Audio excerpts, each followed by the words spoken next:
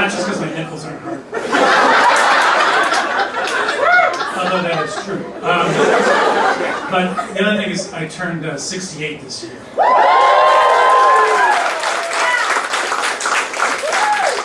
Yeah, I didn't think I'd make it this far either. But, the good news is I don't look a day over 85. I'm very young, 85. And, but now that I'm older, I can't tolerate large quantities of drugs and alcohol anymore. Really any quantities.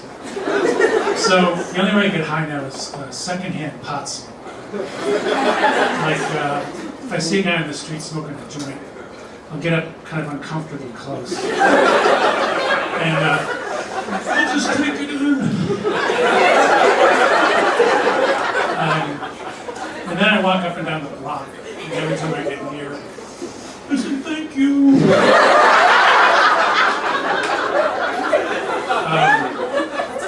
Yeah, so the other thing I've noticed on the street is way too many people, talking to themselves.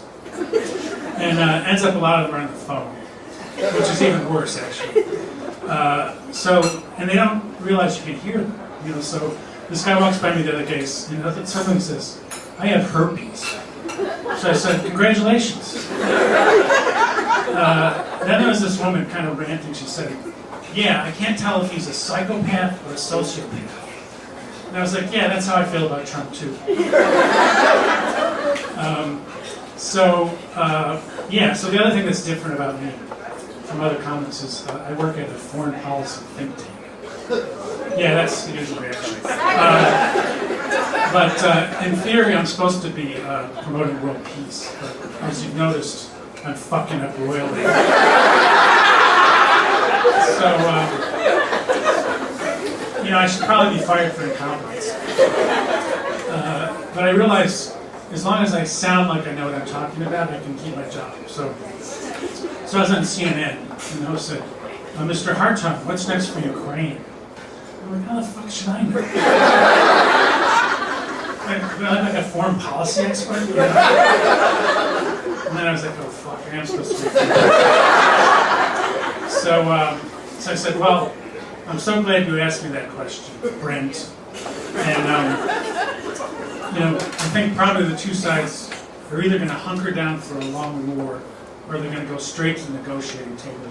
Only time will tell. I'm like, only time will tell? What kind of bullshit answer is that? But the host bought it, so that was good.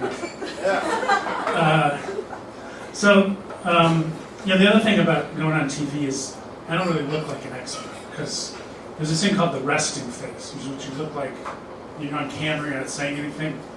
And my resting face looks like I'm about to fall asleep. So like, the host will say, we're joined by William Hartung, and I'll just be like, and then it's like, Mr. Hartung, are you awake? Oh, hi, Brent. What are you doing here? So anyway, I need to fix that, and I got to be more animated. So I'm starting to use gestures, and I was debating this guy on a split screen. And he started talking, so I just went.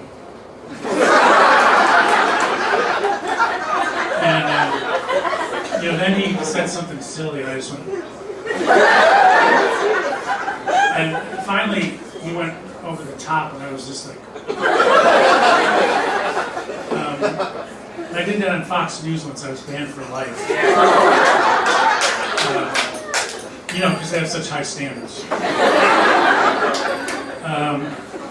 So anyway, which is a long way of saying I think I needed a job. And so I thought, well, I could be a hedge fund manager. Except I don't know what that is. So then, I saw this ad for my dream job, helping the Pentagon name wars, which is not about fighting wars, And so the only thing is, if they're going to hire me, they have to think I like wars. I got to be tough, I got to be aggressive. God damn it. So before I go to the interview, I'm going to call my health insurance company and try to reach a person, because that's guaranteed to piss me off.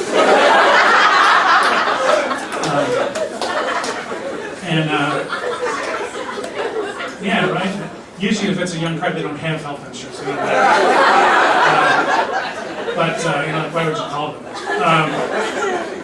Anyway, so, if I get the job, I've got this great idea for a war. Operation Excuse Me. Russia's about to invade another country. God damn it. And, you send a bunch of pushy New Yorkers over there.